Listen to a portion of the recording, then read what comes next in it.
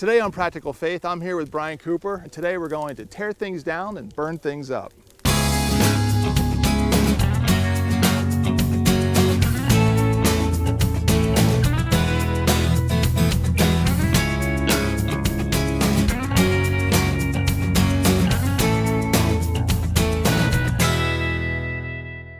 Today I'm with Brian Cooper. We're up here at Timothy Hill Christian Camp. Brian, tell us a little bit about what brings you up here. What's your role here? How did you even get up here? My wife and I are fortunate enough to have a cottage on the lake, and a few years ago a Christian group bought this property. So we introduced ourselves to the folks, and then eventually I just started volunteering at the camp to do work, help clean up, whatever the needs were. And I do want to support having a Christian organization here on Norwich Lake. I was on the board of directors for a while, and I help. They do retreats, they do a summer camp for kids.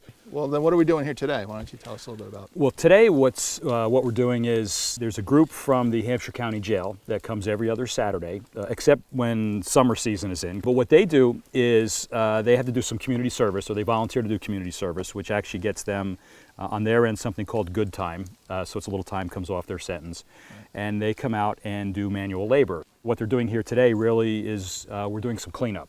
You do this all year round, or except for the summers? Yeah, except for the summers. How far away is this place for you? From my house, it's about half an hour. About half an hour. So, and typically, what time do you get here? Normally, I leave my house about 7:30 in the morning. I get here about 8, and then the guys show up at about 8:30. So, rain or shine usually, or? Yep. Okay. So on those days when the alarm goes off, it's a Saturday morning, what is it that gets you out of bed, right? Because you don't have to be here, you're volunteering, it's a rainy, snowy drive. What is it that motivates you to want to go do this? And it really is there's times when I wake up and it's like, oh, I gotta go to the camp today. And that's normal, but I get up and I go to the camp, and it really is just to be with the guys, and actually to be a witness for my faith. So even today, as an example, I was talking with a bunch of the guys, and somehow or other, the one guy starts, the other guys leave, and I'm talking just one gentleman, and he's asking questions about, how's this property used, and I said, oh, church groups rent it out, blah, blah, blah, and then he goes, I don't really go to church. And I said, oh, how come? He goes, well, my family goes to church, and he starts telling me this church story. And I said, well, yeah, that's interesting. So why not? And he's like, well, the rules, and they tell me, and I was like, oh, that's interesting. And I said, well, what kind of things are you worried about? So as we start talking, he's actually very interested in faith, and he goes, well, I don't really know that much about the Bible. And I was like, oh, okay. So, I told him a couple of things that might be in there that might be helpful for him. And I said, hey, I'd be glad to just sit down and talk with you. I said, why don't you and I just sit down for a cup of coffee, and we'll just talk about the Bible. And he's like, I would like to do that. He goes, do you have a card or something? He goes, I want to, let's make that happen. And that was a total surprise to me. But I've had other incidents like that, God incidents, where out of nowhere somebody, they know it's a Christian camp, but somebody starts talking to me about why they don't have faith, and why they actually come to me and tell me why they don't believe. Right. And it's funny.